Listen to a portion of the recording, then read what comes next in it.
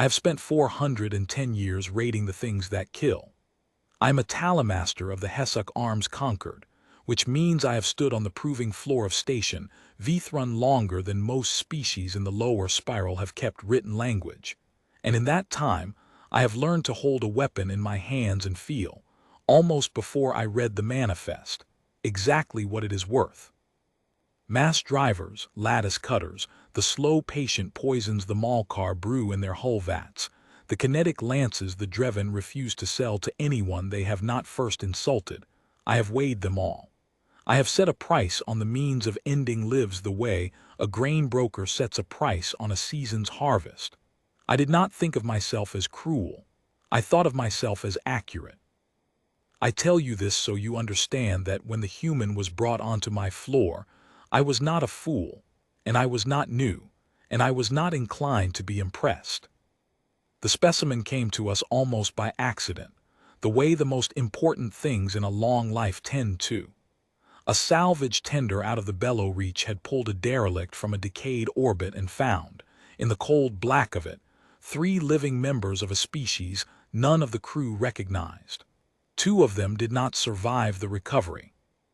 The third did, and because the conquered pays a standing bounty for novel biology that might bear on weapons design, venom glands, plated dermis, a nervous system that can drive a limb faster than ours, the tender's master sold him to us for the price of a mid-grade cutting charge.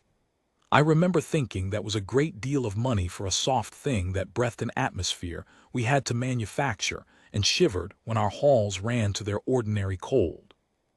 His designation in the manifest was a string of salvage codes. He told us, when he had learned enough of the trade cant to be understood, that his name was Tom Hollies, and that he had been a rigger, a worker who climbs the outsides of structures and ties them together, and that he would very much like to go home. We did not at that point intend to send him anywhere. A specimen is not a guest.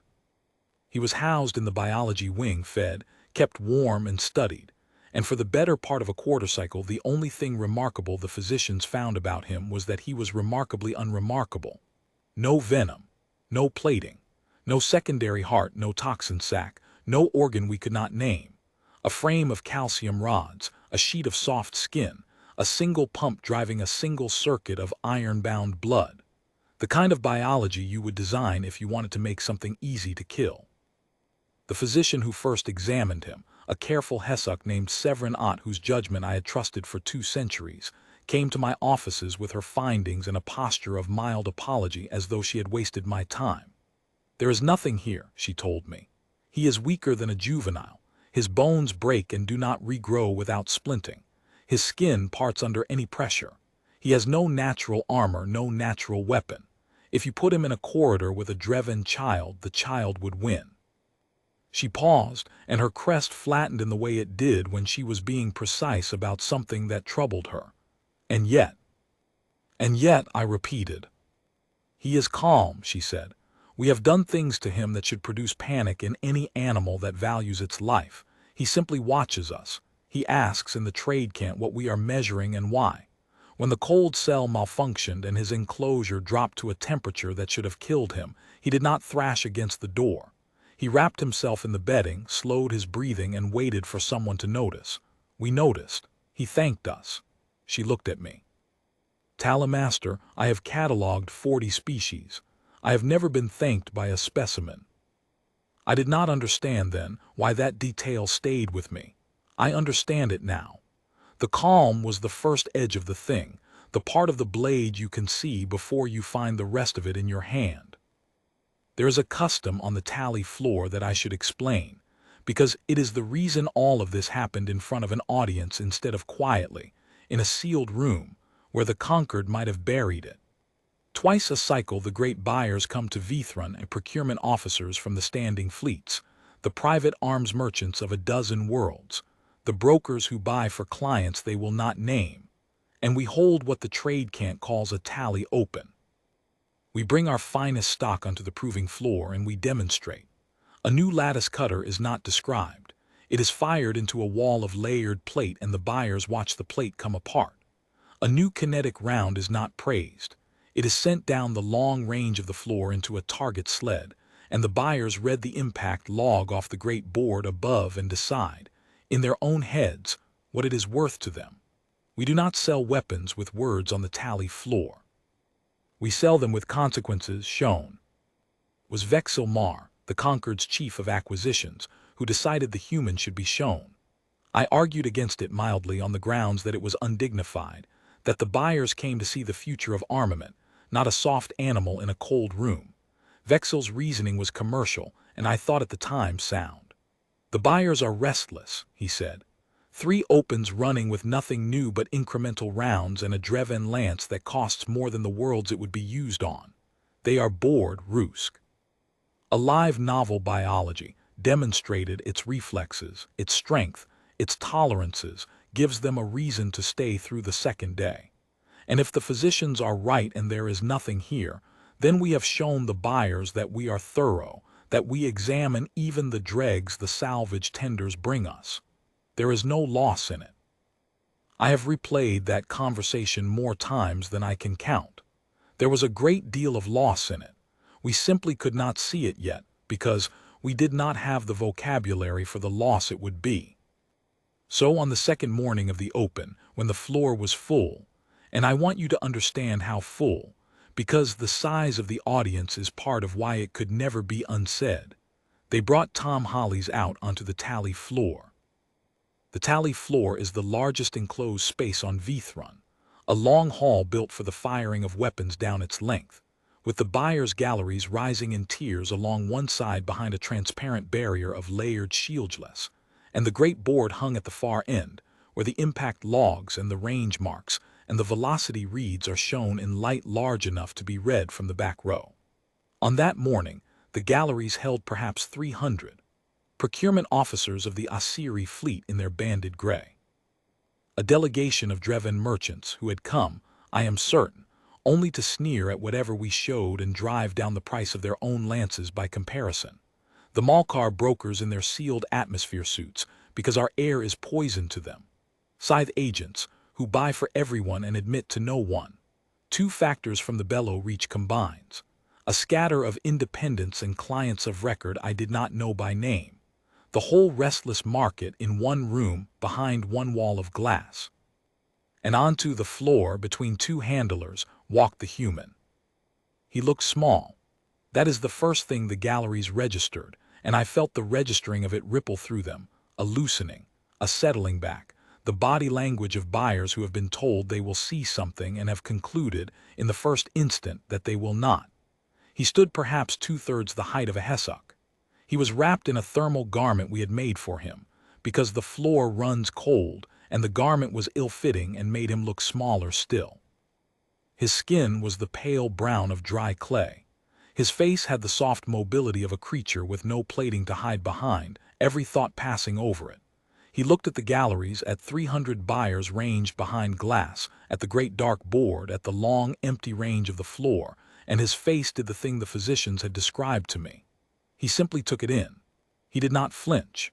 He looked the way a worker looks at a structure he is about to climb, measuring it, finding the holds. Vexil Mar did the presentation himself, his voice carried by the floor's speakers into the galleries. He has a good voice for it, deep and unhurried.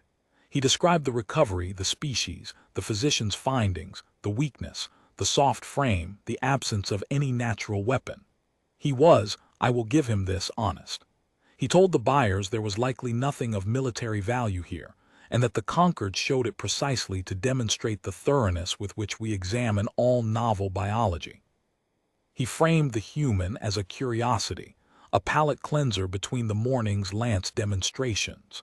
The Dreven delegation made the low clicking that is their laughter.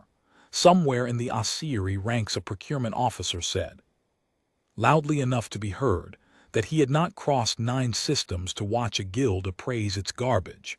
The laughter spread along the galleries like a current. I watched the human's face while they laughed at him. He understood enough of the trade cant to know what the clicking meant. His expression did not change. He waited for it to pass the way you wait for weather. Then Vexil came to the part of the presentation that he and I had argued over and that I had lost. To make the curiosity worth the buyer's patience, He had decided we would demonstrate the humans' handling of weapons, let the buyer see how a novel biology that had never held our armaments would manage them, on the theory that even a clumsy attempt would be diverting.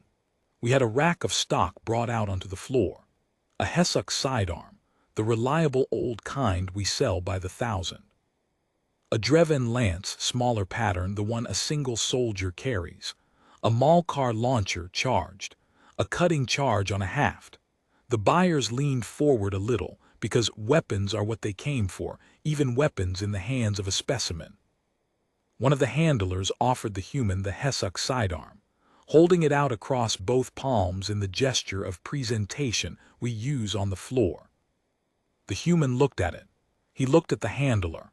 And then he said something that the floor speakers carried up into the galleries, in the broken trade cant he had learned in a quarter-cycle in a cold cell. He said, "No, thank you." I have heard in 400 years a great many things said on the tally floor. I have never heard a buyer's gallery go as quiet as it went then. Not the silence of fear that came later, and it was a different silence entirely.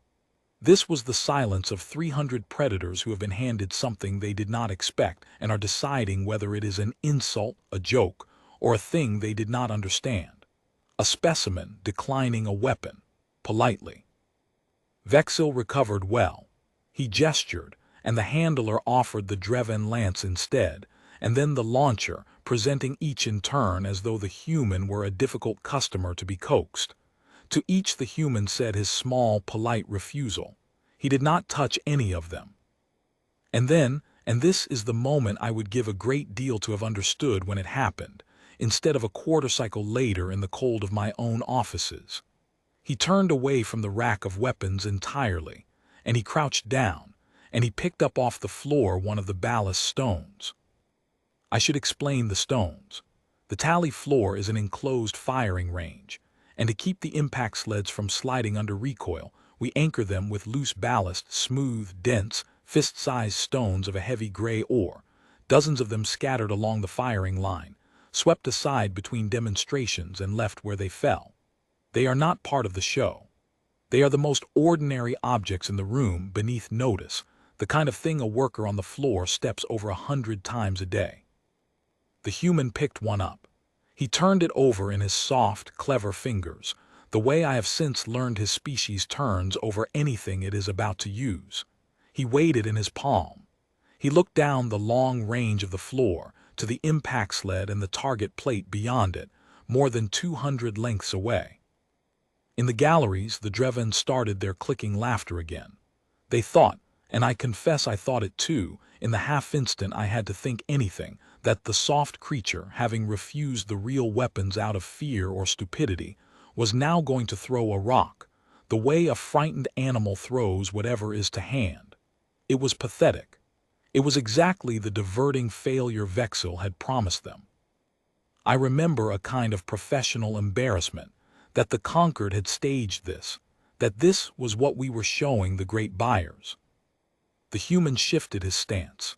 He drew his arm back, and there was a structure to the way he did it, a winding, a loading, his whole soft frame turning, the weight going onto his back leg, the arm coming up and behind in a way that no HFY shoulder can move and that I had never in 400 years seen a body do, and he threw. I want to be precise about what happened, because precision is my trade, and because the imprecise versions of this story have already begun to spread, and they are all, every one of them, too small. The stone left his hand faster than my eye could follow it as a moving thing. I saw it leave. I did not see it travel, I saw it arrive. It crossed more than 200 lengths of the firing range, the same range down which we fire our manufactured rounds, and it struck the target plate behind the impact sled, the plate we use to read the terminal energy of kinetic weapons, dead in the center of the marked circle. The plate is layered alloy, rated to stop a mid-grade round without deforming. The stone did not penetrate it, but the strike rang the whole plate like a struck bell, a hard, flat crack that carried up into the galleries through the shieldless, and on the great board above the range. The board that reads, automatically, the impact energy of anything that strikes the instrumented plate, a number appeared. I read the number. I am a talamaster. Reading that board is the oldest reflex I have. And for the first time in a very long life, I read a number off that board and did not believe it. It was not the largest number the board had shown that morning. A Dreven lance had put up a far greater figure an hour before. That is not the point, and the buyers who tell the story as though it were the point have missed the thing entirely. The point was the source of the number. The lance that had posted its great figure was a thing of focused fields and shaped charges, the work of Dreven smiths over 100 generations, a device that costs more than a colony and requires a trained soldier and a charging cycle and a supply of rounds. The number on the board now had been produced by a soft animal, with a rock it had picked up off the floor, using nothing but its own arm. I looked away from the board, down at the human on the floor. He had already bent and picked up a second stone. He was not looking at the board. He had not looked at the board at all. He did not need the board to tell him whether he had hit. He had known when it left his hand. He was looking down the range at the plate, and his soft face had the mild, absorbed expression of a worker who has made a routine join and is moving on to the next one. The galleries had stopped laughing. I have tried since to describe to the Concord's own physicians and engineers the thing that I understood in the next several throws, because it is the thing that matters and it is the thing that is hardest to make another person feel who was not in the room. Let me try to make you feel it. The human threw again. The second stone struck the plate beside the first, within a hand's breadth at 200 lengths. He threw a third and a fourth.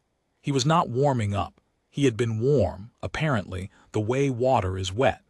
The grouping of his strikes on the plate was tighter than the grouping our best kinetic sidearm produces at a quarter that distance. He was not aiming. In the way I understand aiming, there was no apparatus, no sight, no targeting field, nothing between his eye and the plate but the empty air and his own arm. He looked at where he wanted the stone to go, and the stone went there. The accuracy was not a function of equipment that could be bought, copied, manufactured, or improved by a smith. It was a function of the animal. Severin Ott was beside me by then. She had come down from the physician's gallery. I do not remember her arriving. She was watching the human throw, and her crest was flat against her skull, and she said, very quietly, in a voice meant only for me, "Talamaster. We measured everything. We measured the breaking strain of his bones and the pressure his skin parts under and the speed of his nerve conduction and the strength of his grip. We measured all of it and we wrote down weak, weak, weak." She did not take her eyes off the floor. We did not measure this because it never occurred to us to measure it. There is no organ for it. It is not in any one place. It is the whole arm, the shoulder, the way it is hung, the way the whole body wins and releases. We catalogued his anatomy and we missed the one thing his anatomy is for. That was the moment, I think, that the cold began. Not the cold of the floor, the other one. Because here is what I knew, sitting in my appraiser's seat above the tally floor, watching a soft animal group thrown stones on an instrumented plate at the range of a fired weapon. I knew the catalog. I had the whole of it in my head, 400 years of it. And I understood, the way you understand a fact about your own death, that the catalog had been built on an assumption so deep that none of us had ever written it down. Because you do not write down the floor you are standing on. The assumption was this: that distance must be purchased. Every weapon in the Concord's catalog, every weapon I have ever appraised, every weapon any of the 300 buyers behind that glass had come to Vithrun to acquire, exists to solve a single problem, the problem of reaching across a distance to do harm without being harmed in return. That is what a weapon is for. A claw reaches a body's length. A weapon reaches farther. The whole of our trade, the whole of the vast and ancient economy of arms that had fed my guild for longer than most worlds have had governments, rests on the fact that reach beyond the body's length is a thing that must be manufactured. You build it, you charge it, you maintain it, you supply it with rounds, you train a soldier to use it, and because all of that is difficult and expensive, you can sell it. The difficulty is the product. The expense is the product. We do not sell harm. Harm is free. We sell distance.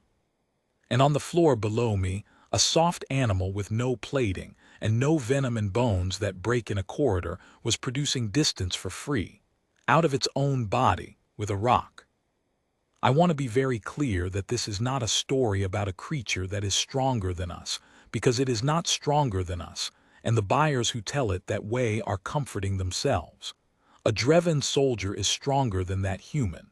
A Hesuk handler could break him over a knee. The lance posted a greater number on the board. None of that matters. A strong creature that must still close to a body's length to use its strength is a creature you can outrange, and outranging things is the entire science my guild exists to sell. This creature did not need to close. This creature carried, in the ordinary architecture of its ordinary arm, the one capability that every product in my catalog had been built, at enormous cost, to provide. It came with the thing built in. It came armed in a way that could not be disarmed, because you cannot take the arm without taking the animal, and the animal would simply pick up another stone with the other arm, and there are stones everywhere, on every world, in every ruin, scattered across the floor of every room these creatures will ever stand in. You cannot embargo gravel. That sentence arrived in my head whole on the tally floor, and I have not been able to get rid of it since. The demonstration was supposed to be brief, a curiosity between the morning's lances. It did not stay brief, because Vexel Mar, who is a merchant before he is anything else, saw the same thing I saw and did the merchant's thing, which is to test the limits of the product. He had the handlers move the impact sled back. They ran it down the floor to the far marks, the long marks, the distance at which our kinetic sidearms cannot reliably hold a group, the distance you must buy a real weapon to cross. The human watched them move it. He picked up another stone. He adjusted, I saw him adjust, saw the soft calculation pass over his face, the worker measuring a longer reach, and he threw.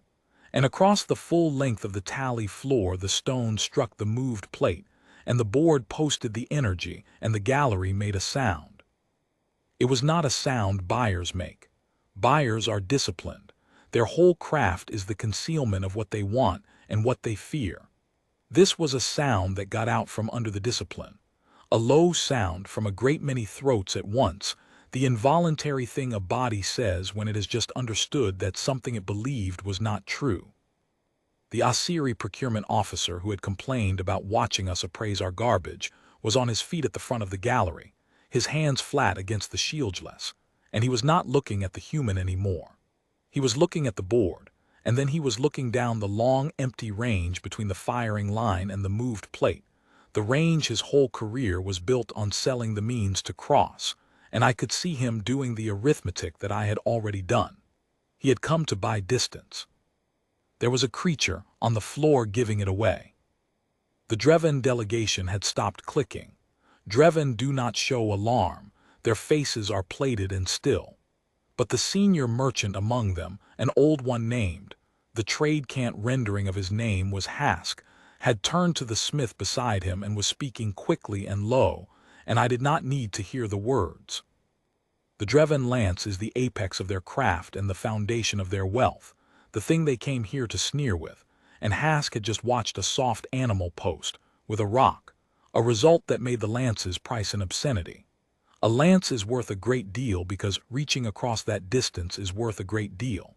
If reaching across that distance is something a sufficiently common animal does for free with debris, then the lance is worth what? Hask was an old merchant. He was doing the same arithmetic, and arriving, I am certain, at the same answer I had arrived at, which is a kind of zero that has teeth. Severin Ott said beside me, there were two others on the derelict. Her voice had gone strange. Two others of his kind that did not survive the recovery. We have their remains in the cold store. She turned and looked at me, and her crest was flat and her eyes had the fixed quality of a physician who has realized that a single case is not a single case. Talamaster, he is not exceptional. Do you understand what I am telling you? We did not pull the one throwing animal out of the whole of his species. We pulled 3 salvage workers out of a derelict at random, And this is what one of them does as a matter of course with a rock, with no training that we provided, with no weapon, in a cold room in front of 300 people who are deciding whether to kill him. He is not their soldier. There is no reason to think he is even good at it by their standards. This is the baseline. This is what they all do. I have appraised the means of killing for 400 years, and I have made my peace, long ago, with what I am and what I sell, because I told myself I was a measurer of facts, and the facts of arms are the facts of arms whether I measure them or not. But there is a particular cold that comes when you realize that the thing you have spent 400 years measuring is not the thing that matters, that you have been pricing the manufacture of a capability that some quiet corner of creation simply grew, the way a thing grows a hand, and gave away to every member of its kind, and scattered the ammunition for across every surface in the universe. The human down on the floor had run out of the impulse to throw. He had thrown perhaps a dozen stones. He set the last one down. He did not drop it. He set it down, with the small courtesy of a worker returning a borrowed tool, and he straightened up, and he turned to face the galleries, all 300 of them on their feet now and pressed against the glass, and he did the thing that I will carry out of that room for whatever remains of my life. He looked confused. And then, reading the galleries the way he read everything, he looked faintly embarrassed. He understood that something had happened, that the soft animals behind the glass had been changed by what they had seen, and he did not understand why, because to him he had not done anything. He had thrown some rocks at a wall. Any of his people could do it. A child of his people could do it less well.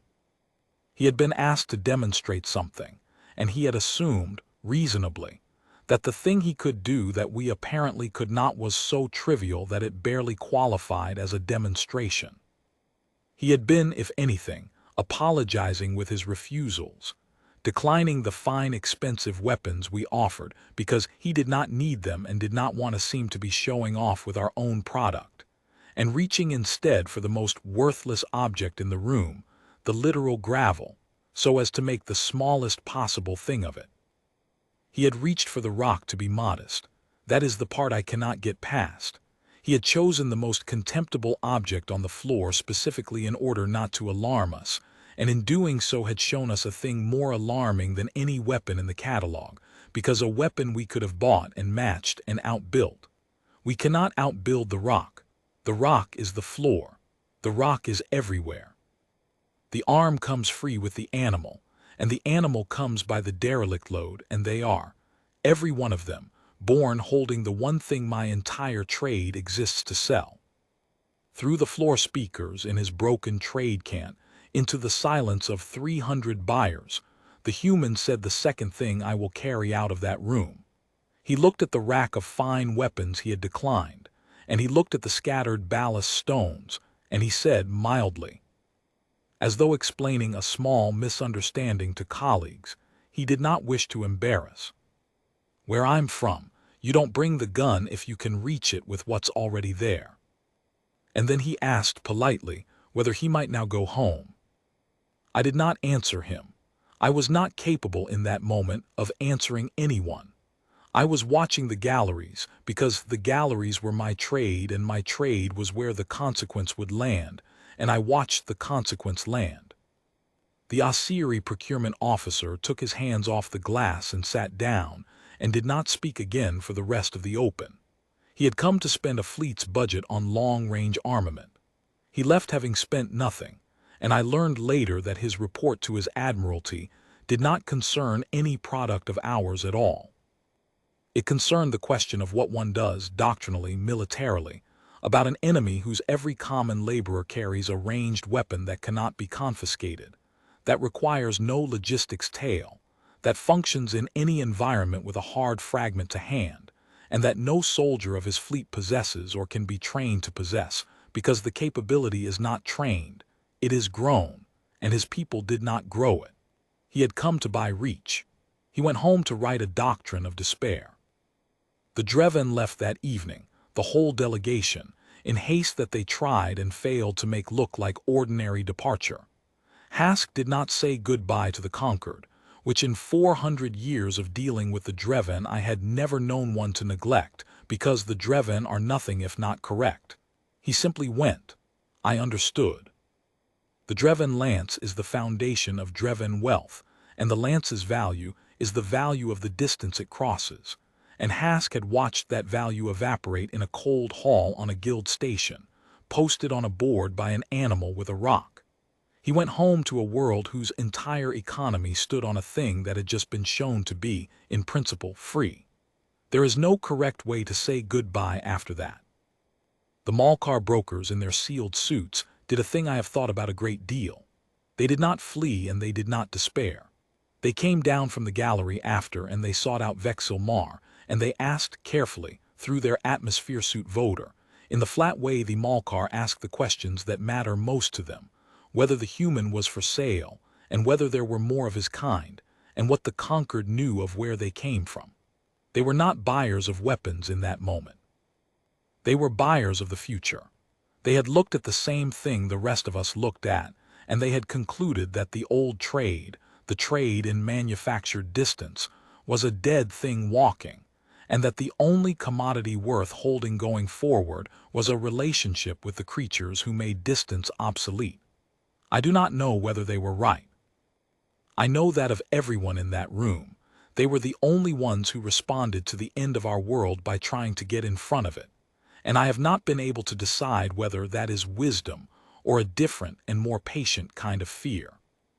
I want to set down what I did, because it is the only part of this I have authority over, and because a Talamaster's report is the truest thing I will ever make. The Conquered expected from me an appraisal. That is my office. A novel biology had been demonstrated on the tally floor with apparent bearing on armament, and the institution that paid me for 400 years wanted to know what it was worth, whether the human's capability could be studied, replicated, weaponized, sold, whether there was a product in him, whether the salvage tender's bounty had bought us a fortune or a freak. Vexil Mar, who is a merchant before he is anything else, and who had recovered his composure on the long elevator ride up from the floor, was already speaking, by the evening of that day, of a research program, of acquiring more specimens, of the contracts that might be written if the Conquered could be the house that understood the throwing animals first. I sat in my offices where it is cold, and I wrote my appraisal, and it was the shortest of my career. I wrote that there was no product.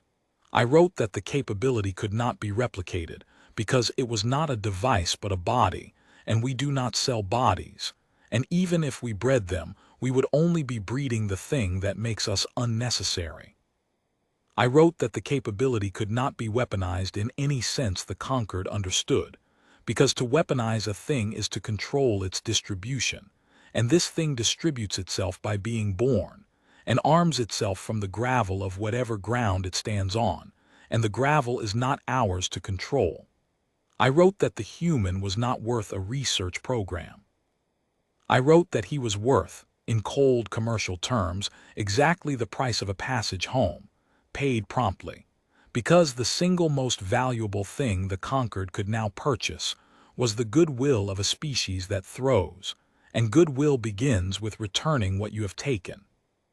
And then I wrote the part that they did not want and that I have not been forgiven for, because it was not an appraisal of the human at all. It was an appraisal of us. I wrote that the Hesuk arms Conquered was, as of the second morning of the Open, obsolete, and that no decision of the Conquereds could change this, and that the only question left to us was whether we would understand it in time to become something other than a guild that sells distance to people who can now make their own. I wrote that we had spent 400 years and the wealth of 40 worlds refining the manufacture of reach, and that on a cold floor, a soft animal had shown 300 of our best customers that reach was a thing a body could simply have for the price of bending down, and that this could not be unseen, and would not be unsaid, and was already, by the hour I wrote, crossing the spiral in 300 separate accounts, each one too small, every one of them true. I wrote that the buyers would not come back, not because they were angry with us, but because We had nothing to sell them that the universe was not now revealed to give away. I wrote that the only mercy in the whole event was that the creature who broke us had not meant to, had in fact gone out of his way to be modest about it, had reached for the gravel precisely so as not to alarm us, and that this mercy was worse than malice, because malice you can answer and modesty you cannot, and a thing that breaks your world without trying is a thing you must simply learn to live beside. Concord did not act on my appraisal. Institutions 400 years old do not turn on a single report, even a true one. Vexil got his research program. They acquired, at no small expense, 4 more human specimens from the salvage routes, and they studied them in the biology wing, and the studies all returned the same finding, which is that there is nothing to find, that the throwing is the whole arm, that the arm is the whole animal, that the animal is common, and that the gravel is everywhere. The research program produced no product and a great deal of unease, and was quietly closed. But they did one thing I asked. They sent Tom Hollies home. I made it a condition of my staying on as talamaster, which was the only leverage 400 years had bought me, and Vexil, who is a merchant and understood that the Malkar were right, and that goodwill was now the only commodity, agreed. We found the salvage routes back toward the Bellow Reach, and we found, eventually, the lanes his people used, and we put him on a tender bound that way with passage paid and a measure of the bounty that had purchased him returned to his own hand, which is not a thing the conquered had ever done for a specimen, and which the records still describe, in the bloodless cant of the manifest, as an anomaly. I went down to the docking ring to watch the tender leave, which I had no official reason to do. He saw me at the rail, he saw everything, that one, the way a worker sees the holds in a wall, and he came over in his ill-fitting thermal garment, and he stood beside me at the rail for a moment, the two of us looking out at the lanes. He said in his improved trade cant, they were scared of me. On the floor, the whole room, I didn't mean to scare anybody. I know, I said. It was just rocks, he said. He shook his head, the small human gesture for a thing that does not make sense. Any of us can do that. My daughter can do that. She's 9. He looked at me and his soft face had something careful in it, something that had figured out more than he was saying. What was it, really, that scared them? I am a talamaster. I weigh things and I set their price, and I do not, as a rule, give my appraisals away for free. But I gave him that one because he had asked plainly, and because he was going home, and because, I think, I wanted one creature in the universe to know that I had understood it. We sell distance, I told him. It is the whole of our trade, the means to reach across a space and do harm. It is difficult and expensive to manufacture, and because it is difficult and expensive, we can sell it, and we have grown rich for 400 years selling it. I looked out at the lanes. And you reached down and picked up a rock and crossed the same distance for nothing with the body you were born in. You did not buy the reach. You did not build it. You did not even think it was worth mentioning. I found that the next words were difficult. In a way, my words are rarely difficult. You showed 300 of the wealthiest buyers in the spiral that the thing we sell they can have for free. That is what frightened them, not that you are strong. You are not strong. That you make us unnecessary, and you do it without effort, and you do it modestly with the gravel, and there is no answer to it because we cannot take the gravel away from the universe. He thought about that, the way he thought about everything, turning it over in his clever fingers. Huh, he said, and then, after a while, mildly, looking out at the lanes that would take him home, we never thought of it as a weapon. It's just how you get a thing down out of a tree. The tender took him out. I stood at the rail a long while after it had gone, in the cold of the docking ring, and I thought about a soft animal on a hot world somewhere, reaching down without a thought for the stone at its feet, to bring down a thing it wanted to eat, and doing it so easily and so commonly that it never once occurred to anyone among them that they were holding, in the ordinary architecture of an ordinary arm, the thing my whole world was built to sell. I am still the talamaster. The conquered is smaller now. The great opens are not what they were, and the buyers who come are buying out of habit and dwindling need. The way a body keeps breathing for a while after the thing that animated it is gone. I still weigh the means of killing and set their price. But I do it now the way a man counts coins in a currency he has been told and believes is about to be worth nothing, carefully, out of long habit, and with the cold knowledge, every time I lift a weapon and feel its worth in my hands, that somewhere out past the bellow reach, there is a 9-year-old who can do what it does for free with a rock, and does not even know that anyone would call it a weapon. We catalogued his whole anatomy. We wrote down weak, weak, weak. We had a file on every organ in his soft body. We simply never thought to ask what the arm was for, because we could not imagine that the answer was a thing you could not buy. The salvage tender's master got the price of a mid-grade cutting charge for him. It is the worst trade I have ever appraised. He sold us the end of our trade for the price of a charge and did not know it, and neither did we, until a quiet creature bent down on a cold floor and picked up the cheapest thing in the room.